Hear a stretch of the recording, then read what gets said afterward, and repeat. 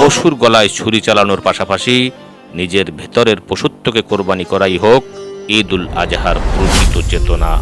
ঈদ উল আজহা বা কোরবানির ঈদ মুসলিম উম্মার দ্বিতীয় বৃহত্তম ধর্মীয় উৎসব। আরবি জিলহজ মাসের 10 তারিখে এই উৎসব উদযাপিত হয়।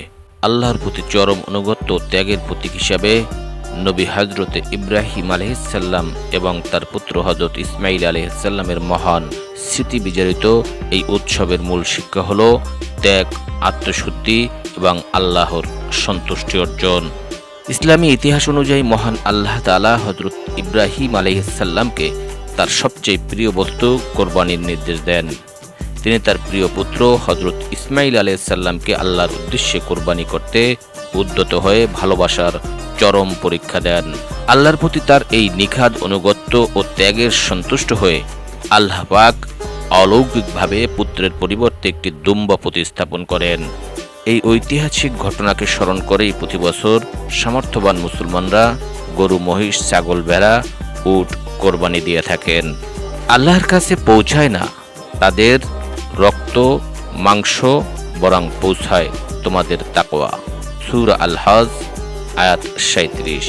ঈদ উল আজহা শুধু ধর্মীয় দিক থেকেই গুরুত্বপূর্ণ নয়, বরং বাংলাদেশের সামগ্রিক অর্থনীতিতে এটি একটি বিশাল চালিকা শক্তি।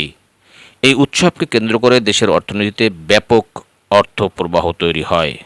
বাংলাদেশে প্রতি বছর ঈদ উল আজহায় 1 কোটিরও বেশি গবাদি পশু কোরবানি হয়। দেশীয় খামারিরা সারা বছর এই সময়টার জন্য প্রস্তুতি নেন, যা গ্রামীণ অর্থনীতিকে চাঙ্গা রাখে। দেশের ট্যানারি শিল্পের কাঁচামালের প্রায় 60 থেকে 70% সরবরাহ আসে এই ঈদ উল আজহার কোরবানি থেকে।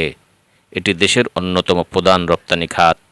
মশলা, কামার শিল্প, কসাইদের পারিশ্রমিক এবং পরিবহন খাতে কয়েক হাজার কোটি টাকার লেনদেন হয়, যা লাখ লাখ মানুষের সাময়িক কর্মসংস্থানের সৃষ্টি করে। ঈদ উল আজহার অন্যতম প্রধান সৌন্দর্য হল এর সামাজিক বণ্টন ব্যবস্থা। ইসলামের বিধান অনুযায়ী কোরবানির মাংসকে সাধারণত 3টি ভাগে ভাগ করা হয়। পারিবারিক বন্ধন দৃঢ় করার জন্য, পরিবার ও আত্মীয় স্বজনের জন্য 1 ভাগ রাখা হয়। দরিদ্র, অনাহারী প্রতিবেশী তাদের মধ্যে সামাজিক বৈষম্য দূর করা ও দরিদ্রের মুখে আমিষ তুলে দেওয়া। সর্বশেষ 1 ভাগ নিজের জন্য রাখা, যা উৎসবের আনন্দ ভাগাভাগি করা যায়। ঈদ উল আজহা মানব সমাজের অহংকার, লোভ, স্বার্থপরতা বিসর্জন দিয়ে ত্যাগের মন্ত্রে দীক্ষিত করে।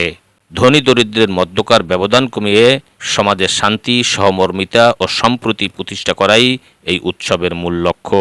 মোহাম্মদ আলামী শেখ, দৈনিক দক্ষিণ বার্তা।